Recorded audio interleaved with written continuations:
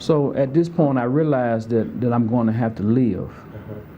And I began to curse because living is so hard. And about this time, I'm really concerned about getting hit. I'm still cold and trembling. Sergeant Poole come over. And Sergeant Poole said, "Right, said, we got to move you out of here because you're going to get killed laying here." And as he pushed me out, what he does, he put his weapon across my leg. And he's laying down doing this. And he pulled my good leg and put my bad leg on top of my good leg. And I'm laying on my stomach. And he pulled as I push. And as I pushed out to where I was laying, I saw this big puddle of blood. And that's when I realized, I thought, I'm still bleeding. Right. But nobody at this time realized that I'm still shot in the hip. Right. Well, there's too much confusion to really know. Right. So he pulls me, I don't know for how long he does this, but he pulled me back to kind of like a safe area. The battle is still going on. But he pulled me back out from under the fire that I was under at the time. And this is when I find out my friend that's the Filipino, he's dead. He got shot. That really hurt me. When I talk about it sometimes, it still gets to me. By this time, I'm laying on the back of a deuce-and-a-half truck. And they got wounded and the dead are there. That's when they throw this guy up who was a Filipino. Like I said, I never knew his name, but... oh, that's how you found out he was dead? Yeah, when they threw him on the back of the truck. I mean, just threw him, because they didn't have time. Right. I mean, the way they threw him up there, you know, it's like it's a piece of meat, but when you fighting for your life, you don't have time to, I mean, rational, this guy's dead, so you throw him on the, but he was my friend. Right, it's just a tough way to find out. And then he laid there, and still in his head is still in his steel pot, and he's on his back, and his eyes are still walling in his head, and sound like I can hear air coming from him, and I'm on my stomach, and I'm laying on a cot, and I try to talk to him or call him. He was a sergeant, and but he was dead. So they pull us out of there and get us to a rear area on trucks, and it's kind of like a makeshift small mini hospital to patch guys up. Which one were worse? Which one really need to go right now to back to a place called Long Bend, 93rd Evac, which is a hospital there where they done major surgery. So you're just in like a triage area where they can determine how bad you are. Right. Patch up the ones that can be and send the rest back. Then that's where they found out that I was shot in the hip. And like I said, all this time I never lost consciousness. Now I got hit about 4 o'clock, and I didn't get to the aid station I didn't get to the hospital 93rd Evac till about 8 o'clock.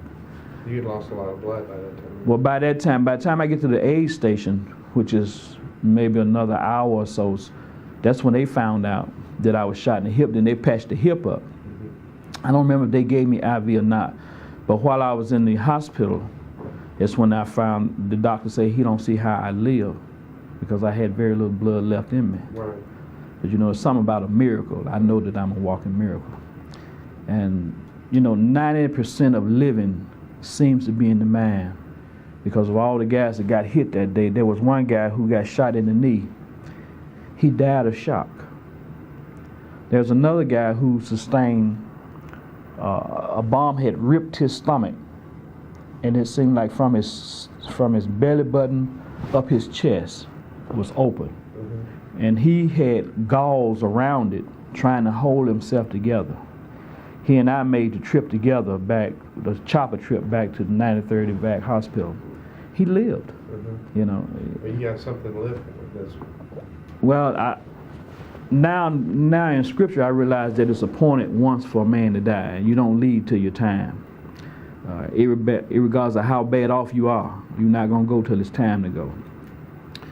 So we had this chopper trip, and the way the chopper is turning caused a vibration, and that really caused my wound to really hurt real bad. And they got me into the operating room, and they tried to get me off the gurney that I was on onto the operating table. And when they tried to pull, you talking about the pain hurt so bad. They gave me a spinal tap. The doctor told me, he said, I can stop this pain, but I need you to bend, pull your knee up to your chest, and I'm going to stick you in the back with this needle. He said, but I guarantee you we'll stop that pain. He said, but you cannot move. So they gave me a spinal tap. And it felt like ice running from my chest down. And they had given me a lot of morphine in the field to minimize the pain. And I don't know if that had an effect on it, but the effects of the shot and the morphine, like I said, I never lost consciousness. The only way I could tell that was being worked on, I could feel my head moving. And that's an awful feeling, to be paralyzed from chest down that way.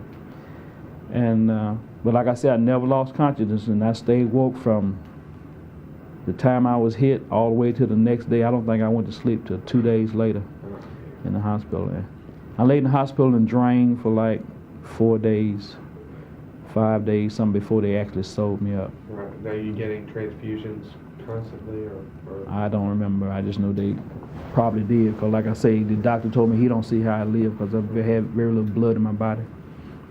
So that was my experience of that. Now I never knew who that man was that sit down, and because of all the confusion, I don't really rationalize and think. What was on my mind earlier that day, we had gotten in a firefight, and we had gotten a firefight in an anthill, and these anthills would be 6 feet tall.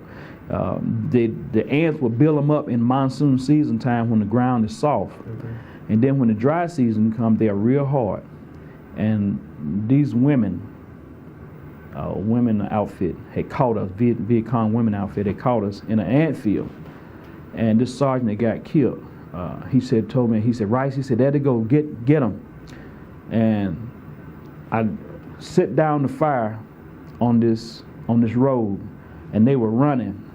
And all I remember is the dust flying from that M14. And when the dust cleared, all I could see was those black pajamas falling to the ground. And while I was in the hospital, that just stuck in my mind. That just kept replaying over and over again with them falling.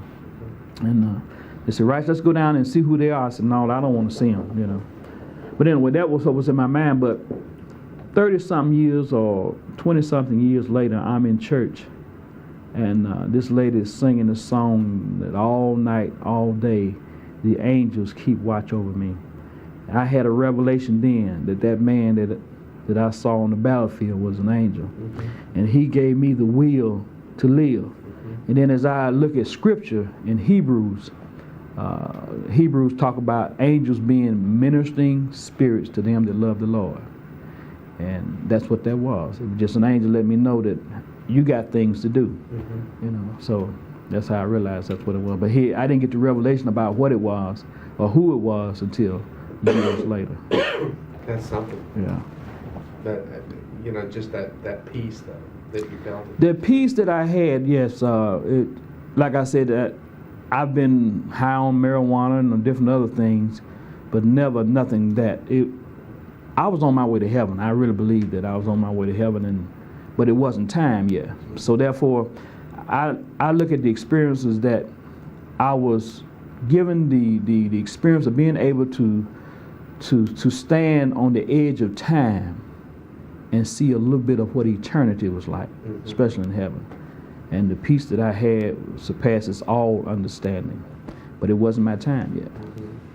That's something. All right. Well, let's talk about this time from the hospital now. You say like 4 days later? Yeah, they let me drain. I felt wet for 5 days, and I drained, I think, because of infections and being in, they cut so much tissue out. Like I said, I never lost consciousness while I was being operated on.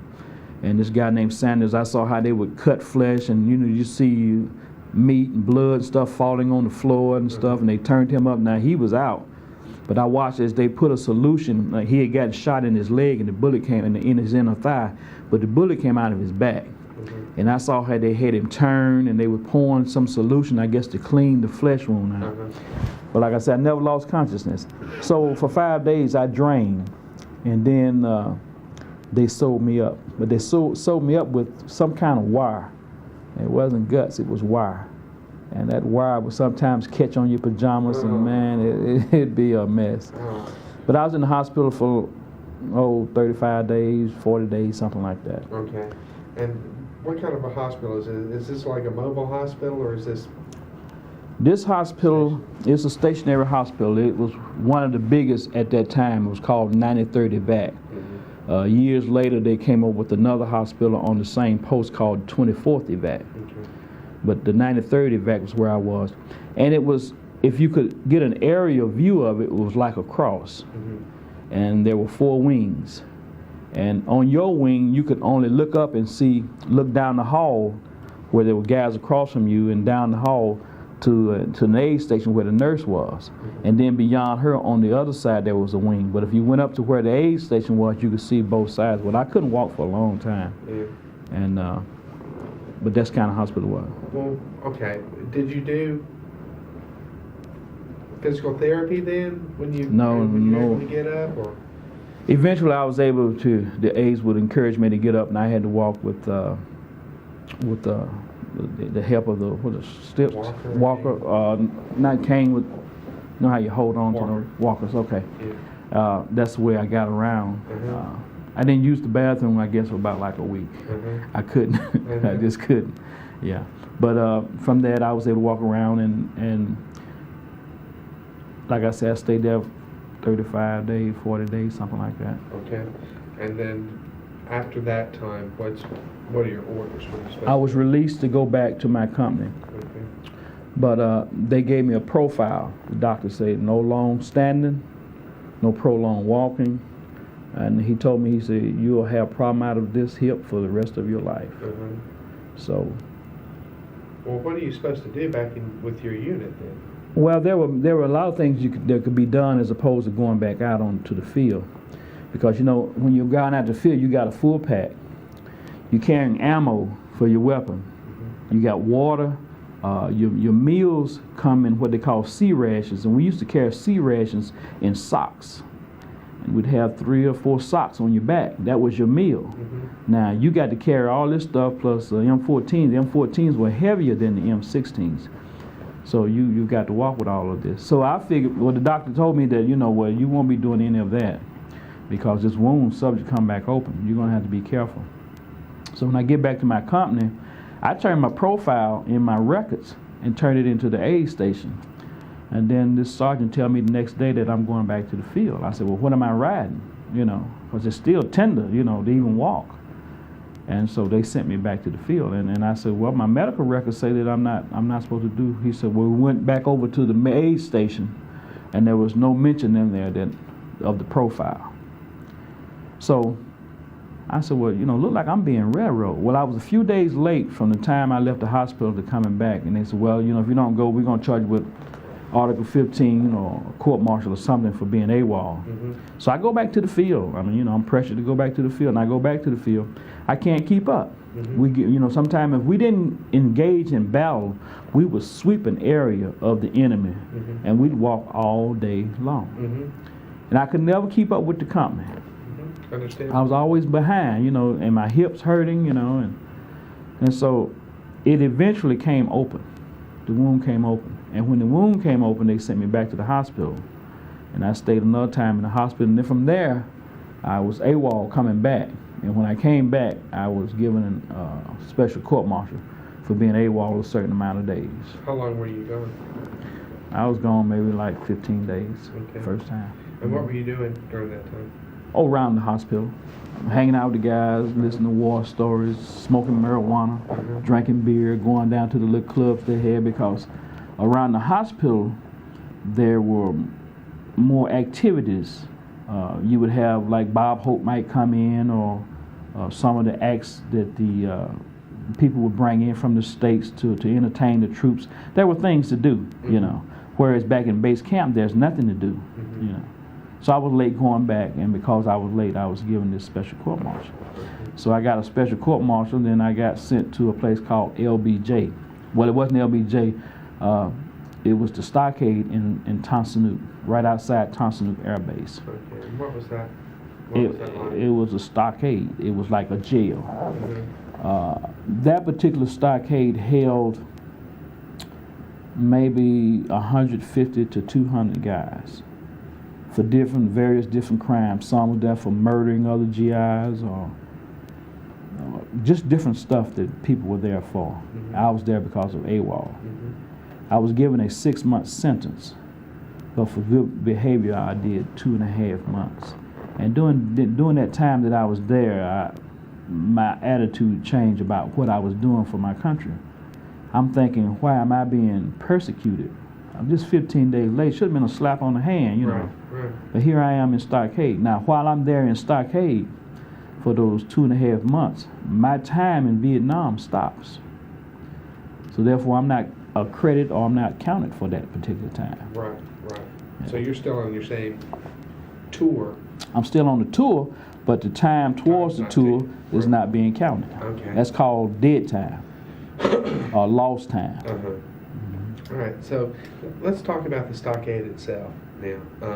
Is this a makeshift or is it like a freestanding? Was it built specifically to be a stockade? It was built to be a stockade, but it was fenced in wire that had barbed wire around the top. It had a Sally Port gate.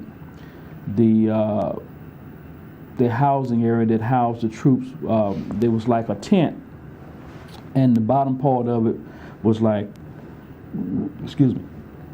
concrete slab.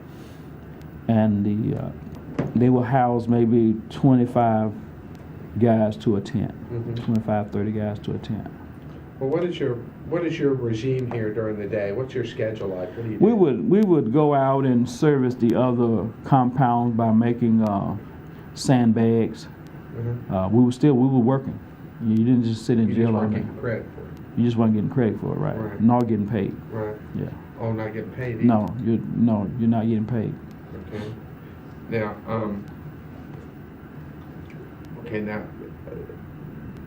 do you have friends? Do you have anybody that you would consider friends while you're in there? Or, I mean, you obviously have to have some kind of a confidant or somebody to talk to. Yeah, well, yeah, you make friends, you know. I remember the first time I went there, I got in a fight over a piece of chicken, you know. But this guy and I, we finally became friends because he knew I was gonna fight, you know. So, but you know, you never really trust anybody, but you do have to have some type of trust, right, to a certain degree. You make friends, and you meet other guys and find out their situations and stuff like that. Are you still able to keep contact with home? Oh yeah, you can write letters, sure. Okay. Yeah. So, all right. Now, how are you treated in there by say guards or something like that? Well, in this particular one, it was pretty good treatment, but. Were you seen as a comrade by the people who were guarding you, or were you seen as criminals? Criminals. But still, in this particular stockade, which was at Tonsanuk, it was pretty good. But now, they had another stockade. They moved that one to a place called Long Bend, which may have been 30, 40 miles away. And that was Long Bend Jail. That's why it was called LBJ. And on Long Bend Jail, 90th Replacement moved there, big compound. I mean, it was a big area. The 93rd Evac Hospital was also there before the stockade was built there. Now, this stockade is built to house 500 to 600 men. And they took in people from the Army, the Air Force, and I don't remember if it was some Navy. It was probably just Army and Air Force guys, and some Navy. Now, if you had up to 6 months, that's where you stay. Anything beyond 6 months, you were sent to a place in Korea, or if it was real bad, you went back home to Leavenworth. Okay. So, you say you're in for 2.5 months? The first time. Okay, the first time. And then you're sent back to? Sent back to my unit, and when I get out, I don't go back to my unit. I go to Saigon and party and Then I'm learning the city and I'm learning the language, and by the time I go back to my unit, I'm AWOL again, so I have another court How long martial. have you been gone at this point when you go back to your unit? I was in stockade for 2.5 months. I was probably AWOL another month, something like that. Mm-hmm. So when I go 5 months, something like that. Okay. Now, when you're in Saigon, where are you living? What are you doing while you're in there? Well, I had a friend who was on the Air Force base. I'd stay with him. Or I had a girlfriend downtown. I'd stay with her. Mm-hmm. And then eventually I got my own place. Okay. Mm-hmm. And all right, so you're gone another month or so. You go back to your unit, and then immediately are you sent to? Immediately I'm given another. Well, before that time, I think I went back to the field for a number of times. Then I got in some more trouble and went back to the stockade. Okay. Now, let's see. Any idea of where you're going with this? I mean, what you're going to do? Because obviously you can't go in the field. And well, by this time that I go back the next time I could. I had healed sufficiently enough to go to the field. It would give me some trouble, but not enough to where I couldn't go to the field. By this time I had ample time. By being in stockade, I had ample time to heal. Gotcha. Right. Gotcha. Mm-hmm. Okay. So you get back then. When I get back, I go back to the field, but I'm not with the guys that I first served with. Right. So now I'm with some guys who don't fight the way that I was taught to fight. We're getting a lot of people killed, you know. Is it replacements? Replacement by this time, yeah, young guys, right, who don't know what's going on, and I'm thinking they're going to get all of us killed out here. Right. Mm. Was there anybody that you knew? Nobody I knew. Everybody that I came over with or that I knew while I was there were gone. Sergeant Poole, I don't know whatever happened to him. There was a guy named Thorne out of Philadelphia. I don't know what happened to him. I remember hearing somebody say that he had gotten shot in his arm for the 4th time. 4 different times he was shot. And I think I heard about him in the hospital one time when I had gone back to get my hip service. But I lost all contact with all those guys. Right. And so when I went back, there were new guys. So I was encouraged, but nobody could tell me what to do. Right. I was my own man. That's what got me in trouble. And I was given another special court martial. Okay. And sent back to the stockade. Okay. And at this time, when I go back to the stockade, it's in Long Bend, and it is infamous. They have a large Sally Port gate. They have a pro-lease side, and then they have a maximum security side. And you come in on the maximum security side, and it's around. There are five posters around this stockade with M60 machine guns, the tall, towering, kind of like the Starlock 13 type stuff you see on TV or something after that. Double fist, barbed wire in the middle, barbed wire off both top. You couldn't get out of there. Right. Mm-hmm. Now, is it generally the same type? You're talking people who have killed other GIs or? Right. By this time, the first time I went to stockade was like minor stuff guys had done. But by the time I get back to the stockade this second time, we're talking about guys who had done really, really bad stuff. This one guy who just didn't like blacks. There was a tent where a lot of blacks were, and they were playing cards, and back in the rear area. And he was supposedly, from what I hear, I don't know for sure because I wasn't there, but he was in the stockade for throwing a grenade in on them and killing a few of them. And they had him in a special unit by himself. They were going to ship him off because the other GIs in the compound were going to get him. Mm-hmm. So they had to keep him on a special lockdown. But there were guys there like that. We had one lieutenant who had stole a whole truckload of equipment that was sent over by the states, and what he was going to do was sell the truck and all the equipment on it for a certain amount of money on the black market. Mm-hmm. So we had people there like that, Mm-hmm. All right. So how long are you here in Long Beach? This time I'm there to do the whole 6 months. Okay. Yeah. All right. So you spent your 6 months there, and by this time, how long had you been in country? probably a year. Okay. A year, a little over a year, somewhere, give or take, somewhere like that. All right. So are you thinking at this time that you're ever going to get home? I'm thinking that I'll never get home. Yeah. Yeah. I mean, you pretty much just conceded that. And were you still riding home? Sometime not. By this time, I've gotten a Dear John letter from home. Well, during the course of being in the stockade, I did get a Dear John letter. I don't know if it's at this time or the next time I was there. But yeah. All right. So yeah, to survive and to keep thinking about home wasn't mixing. I was thinking more about surviving there. Right. Trying to make it through that ordeal. Right. Yeah. So in the meantime, I began to learn the language. Okay. I began to learn the people, and I began to feel more at home there. The difference in treatment, the racism that I knew at home, that I had just accepted was just normal. And then when I get to Vietnam and I'm being treated quite differently, how do you deal with that? Never knowing it's like letting the mouse out of the mousetrap, and he's into the big world now. So I'm dealing with that. I'm dealing with another culture where men are valued, whereas here in this country we open doors for the women, and but there the man is valued, So the different cultures and learning about Vietnam is an experience. Right. So I begin to fall more in love with the country and the people. Now this is after you get out. So Yeah. Okay. Now, first of all, are you given orders to return to your unit? Is that what happens? Yeah. When you After get the out? stockade, yeah. Okay. And then they just basically say, go? They don't take you? No, they don't take you. It's up to you to go back. Okay.